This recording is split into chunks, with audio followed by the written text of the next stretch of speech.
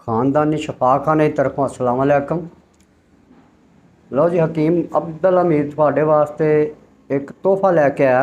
जेड़े बच्चों नूं खांसी, केरा, नज़ला ये चीज़ां पकड़ लैंदियां, उन्हां बच्चों वास्ते एक तोहफा।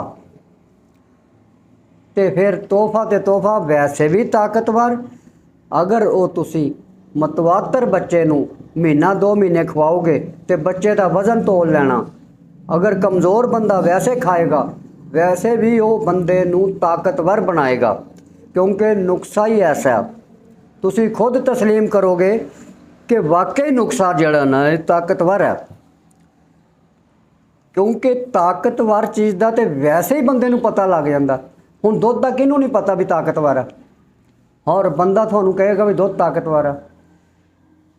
माखी का किनू नहीं पता भी ताकतवर है, हर बंदा कहेगा ताकतवर है। देसी घ्यो का किनू नहीं पता ताकतवर है, हर बंदा कहेगा ताकतवर है। लेकिन ये चीज़ां ये विच नहीं है नुस्खे दे, लेकिन तुसी फिर भी तस्लीम करोगे कि वाकई इस नुस्खे दे विच ताकत है।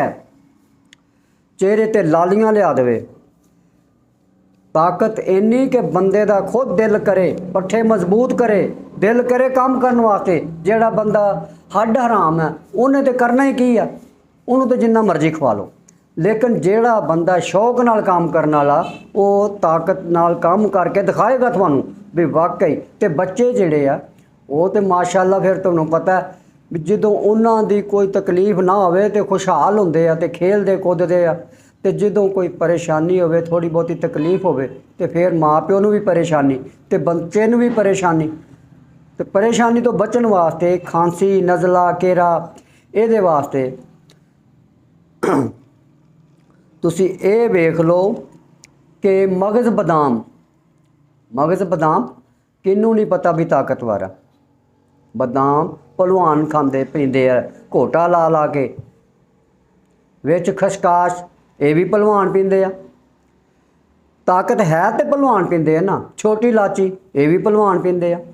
लो जी, तिन्ने चीज़ों नूं रगड़ लेना, रगड़ के चंगी तरह पाउडर बना के ये विच माखी पा लेना। तिन्ने चीज़ां बराबर वजन च लै लैनियां, बल्कि लाची घट कर लैनी है, लाची थोड़ी जी घट कर लैनी है, 2 चीज़ां बराबर वजन च लै लैनियां। ते ये जेड़ा माजून बन जाएगा ना, बच्चे खुश हो के, क्योंकि ज़ायकेदार होएगा, खाणगे। तो जदों खाणगे तो फिर तेन पता लालियां तो इन्हें लिया ही देनियां ना, क्योंकि पहलवानां दी खुराक है, आम खुराक नहीं है।